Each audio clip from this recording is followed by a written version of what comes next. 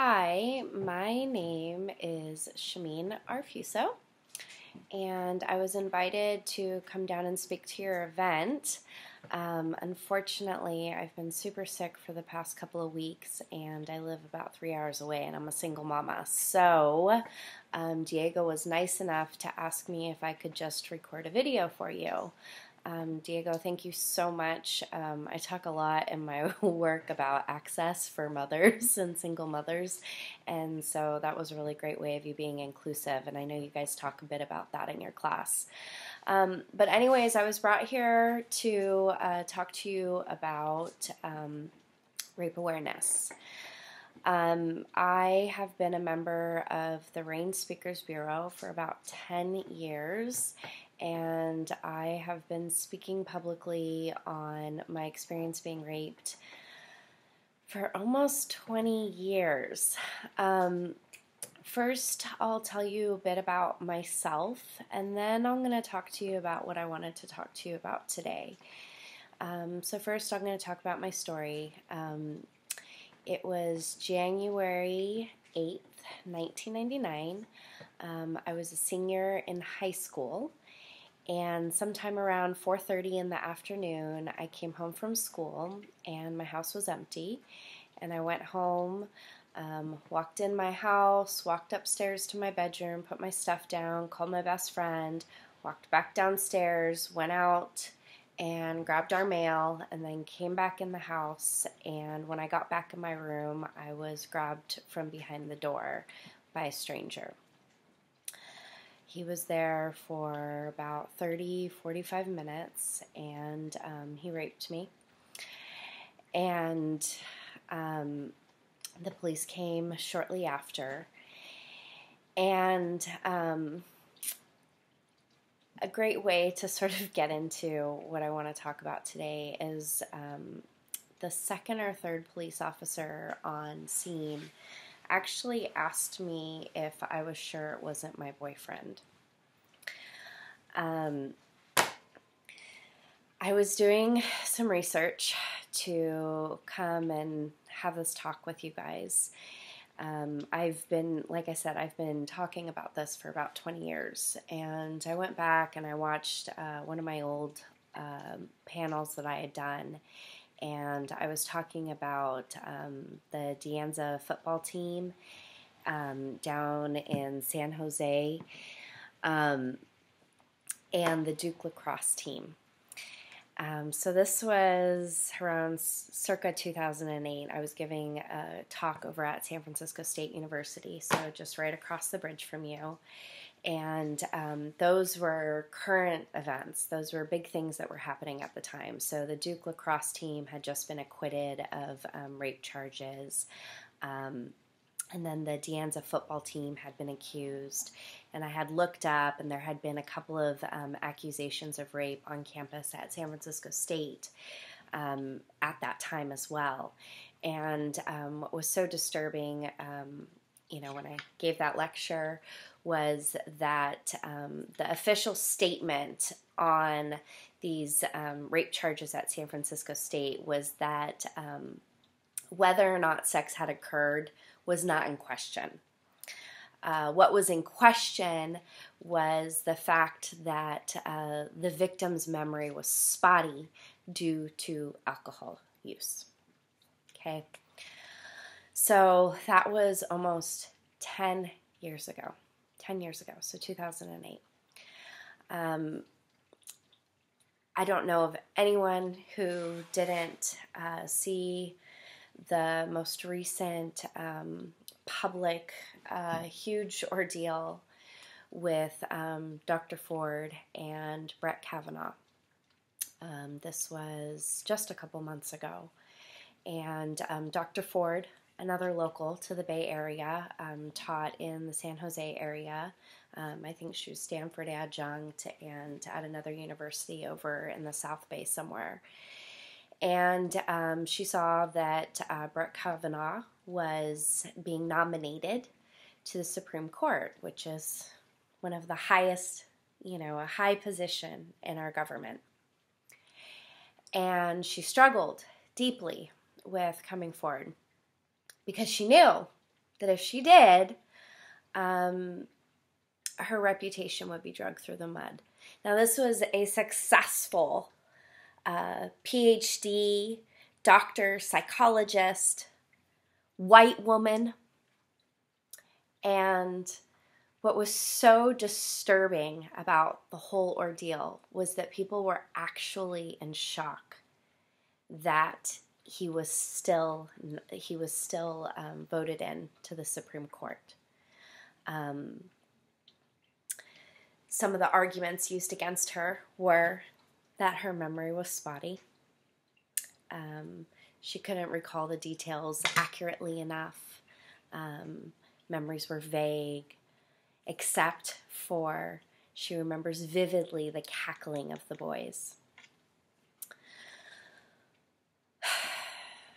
Looking back on that lecture I'd given and thinking about this whole case with Brett Kavanaugh and Dr. Ford just made me super emotional.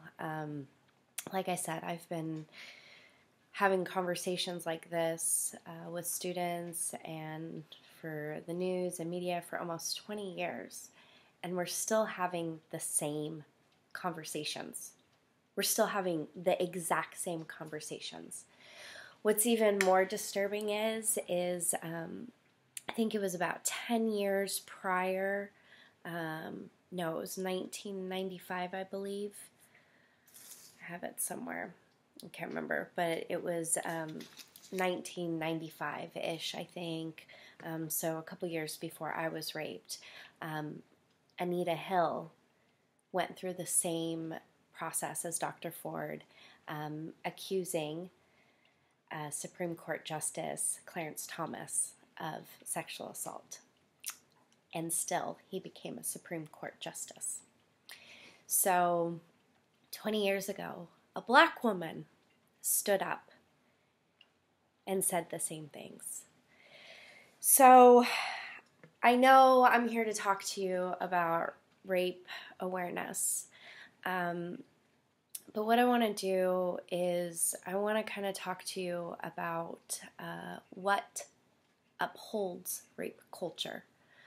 I don't think that there is enough attention paid to the pillars that uphold rape culture. The really sad thing is that women of color have spoken and written ad nauseum. Ad nauseum means over and over again, about the pillars of rape culture. And I am a Kulana, I am a passing woman of color, and because of my proximity to whiteness, it took me 15 years to understand the pillars of rape culture. And one of the pillars we're going to talk about today is white supremacy. White supremacy, it's such a complicated thing to understand, especially if you are white or if you are passing. But white supremacy is about white culture and what's appropriate in white culture. And one of those things is not speaking up, not speaking out, not calling out things that are unfair, not calling out violence. You know about it. There's a joke I make. It's like waspy sort of attitudes, which is we sweep things under the rug. We don't talk about it. In my family, it's the grandfather who molested all of my aunts and my mother. We don't talk about it. The fact that I go and so publicly speak about sexual violence is devastating to my family on ways that I can't even express. And this silence also connects with victim blaming, which is putting the onus, putting the responsibility on the victim for protecting oneself from violence. And what sort of wraps around with all of these elements is privilege and oppression and access, right? So as a feminist scholar, one of the theoretical theories that I really, really support and honor is Kimberly Crenshaw's intersectionality. Intersectionality 101 is that what a black woman faces is different and much more oppressive than what a white woman experiences. And this concept of intersectionality has become the foundation of what feminism is today. So now we talk about intersectionality. Jennifer Nash has done some of this work. So intersectionality has now been transcribed to understand different intersections of oppression, right? So we hear it talked about around disabilities. So whether you have mental illness or you have physical limitations or invisible illnesses, autoimmune illnesses, PTSD, which is something I struggle with. So these sort of things are an unseen intersection of oppression, and these people with these sort of disabilities can encounter all sorts of challenges when trying to do something that a person without those disabilities can do without any challenges. So a perfect example is back when I was in undergraduate school, PTSD wasn't recognized as a disability. It wasn't recognized as a disability, and I was in my sophomore year of college, and I was meeting with the DA in Orange County regarding having been raped. So I was meeting with the DA weekly, driving down to Orange County to meet with the DA, and my PTSD was extremely triggered. I was really depressed, and I slept through my classes. I just didn't go. So I was put on academic probation and wasn't allowed to return. But had I known, and had there been services for PTSD and for someone like me, then that would have been registered with the disability office, and I would have been able to get support, and I likely wouldn't have taken 8 years to get my undergrad.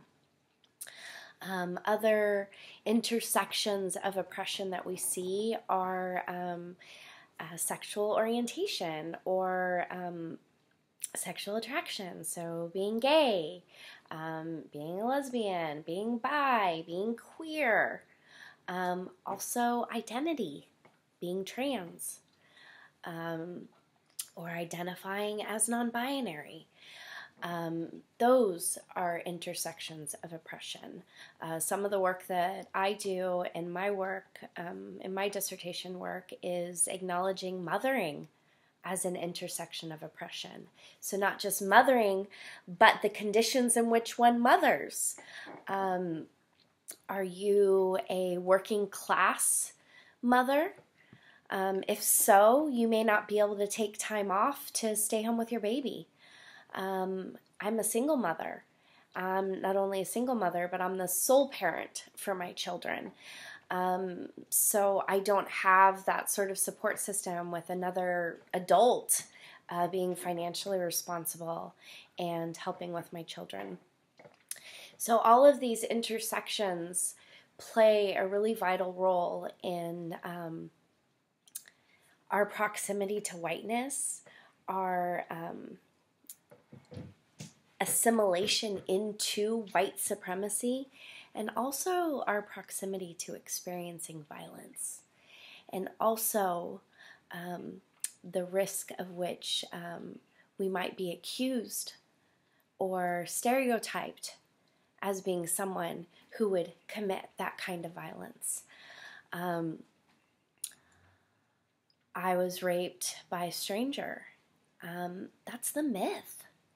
Most people are raped by someone that they know. So a friend of the family or a family member, okay? It's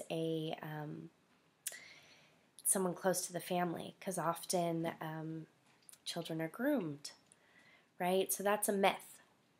Another myth that is founded in white supremacy and in our history of genocide of Native peoples and the slave diaspora is the myth of the black rapist.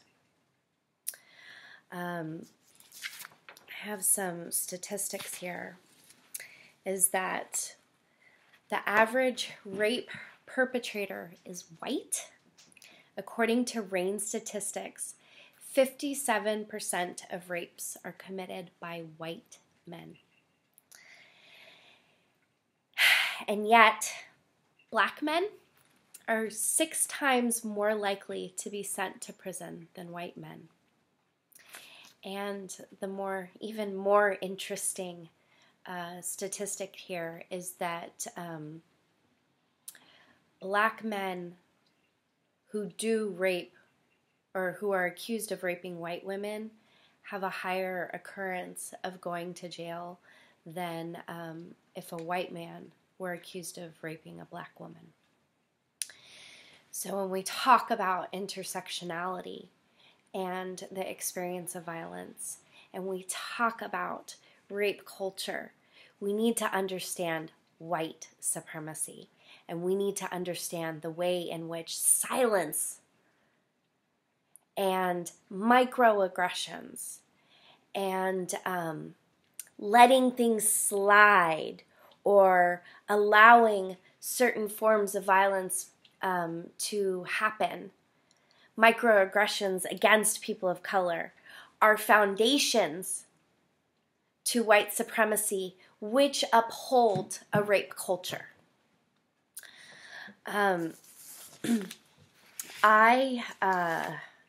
This is actually the first talk I've done on rape culture in probably almost 6 years.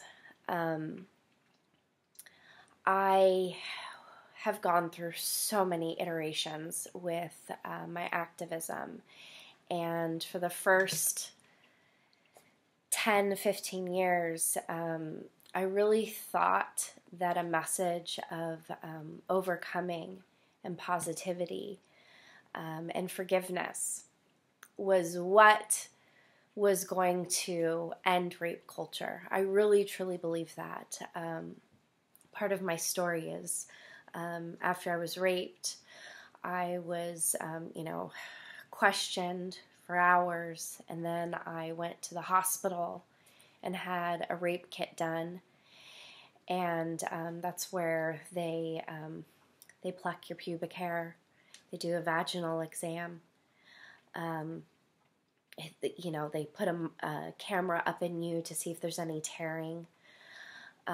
So after I went through all of this, I went home to my aunt's house that night, and I was just sobbing on the side of her bed. And I remember, she asked me, she's like, "What's wrong?"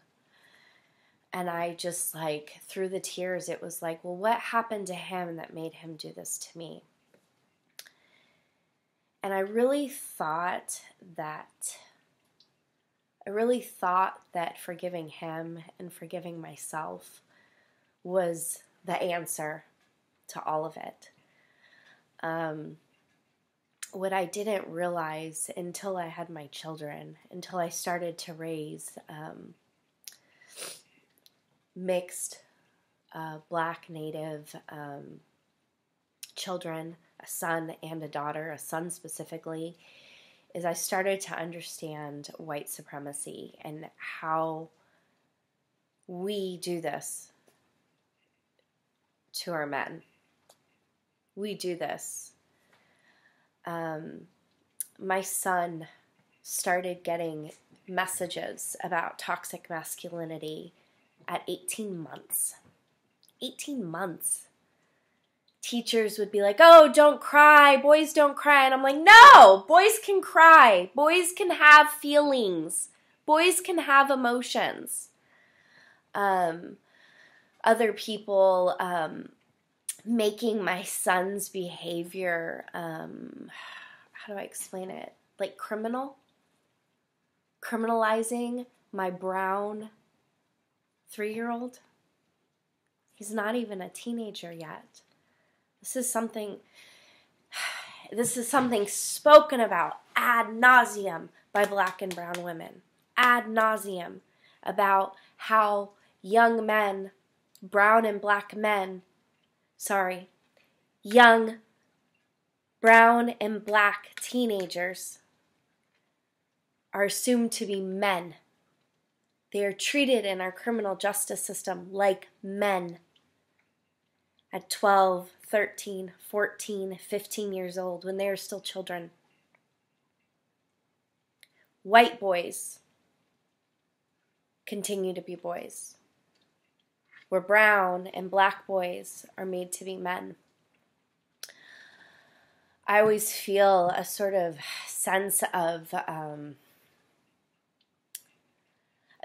anger that it took me so long to figure this out, and also a sense of who the hell am I to sit and have this conversation with you when Black and brown women have been saying it for so long. And then I remind myself that I have the privilege and access to spaces like this. And so it's my responsibility to talk about this and to talk about it frankly and passionately, to pave space for Black and brown women, visibly Black and brown women, to have these conversations safely. So I'm going to wrap up here. But what I want you to think about through the rest of this panel and these conversations is, how can you be a better activist every day against white supremacy? Because rape fucking sucks. It does. It's terrible. And the truth is that most women will be raped in their lifetime. And a lot of men are also raped. And trans, queer, non-binary, people of color are have even higher risk of being raped than everyone else on that list. So there is an inherent connection between white supremacy, privilege, and oppression, not only in who experiences the violence, but also who pays the price for these crimes. White men don't see prison sentences. Brock Turner got 6 months. 6 months. There was people who watched, witnesses to him raping an unconscious girl. Unconscious. Consent was clearly not there. And we had proof. And he spent 6 months in jail. If Brock Turner would have been Black or brown, Native, Mexican,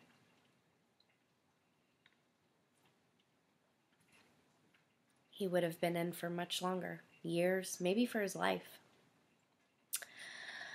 So I want you to think about ways in which you can be more active against white supremacy every single day. When you see, hear, if you are a passing person, if you look white, or if you are white, you need to speak up. You need to be loud, because things are not looking good. I have been talking about this for 20 years, and I literally just watched a repeat of something I saw 10 years ago and we saw 20 years ago, because we need to dismantle white supremacy. There are some incredible Black women, Native women who are doing incredible work. Rachel Cargill is on Instagram. Laba Locas is in the Bay Area. They are a non-binary indigenous activist. Do your research. Layla Saad. There are incredible Black, Native, indigenous activists out there. You can follow them on Instagram, support their Patreon work. You can donate $1, $5 a month, and expose yourself to notions that are hard to swallow. I come, I talk, I say what I have to say, but if you heard me, then you are ready and need to go listen to Black and indigenous women about this. There's incredible academic scholarship out there from Black and Latina scholars. Kimberly Crenshaw, Bell Hooks, Gloria Anzaldúa, Cherie Moraga. There's incredible scholarship out there. You are at UC Berkeley. Go educate yourselves. Thank you so much for allowing me again to do this video. Like I said, sometimes it's just a little hard to do everything. And these are little ways that we create access for other people, like the class offering for me to make a video. I am on Instagram. It's Dr. Bruja, B-R-U-J-A, Mama. I'm Cuban. I practice a Cuban tradition, Cuban Native and African-based tradition. I do a lot of other work on religious colonialism and how that also impacts rape culture, and white supremacy, and how white supremacy is upheld with religion. So you can see some of that on my Instagram. Here's my YouTube channel. I don't really have a lot here. I also have an academic page. It's Chimine, C-H-I-M-I-N-E, Nicole, NICOLE.com. And you can also email me there, ChimineNicole@gmail.com. I'd love to give you resources if you need more resources. But if anything, I hope that this conversation I had here with you helps you to reframe the paradigm in which we think about rape culture. Because the biggest problems that we have, school shootings, rape culture, so many other things to get into, and I'm not going to, are upheld and founded on white supremacy. So thank you so much for having me, and have a great evening.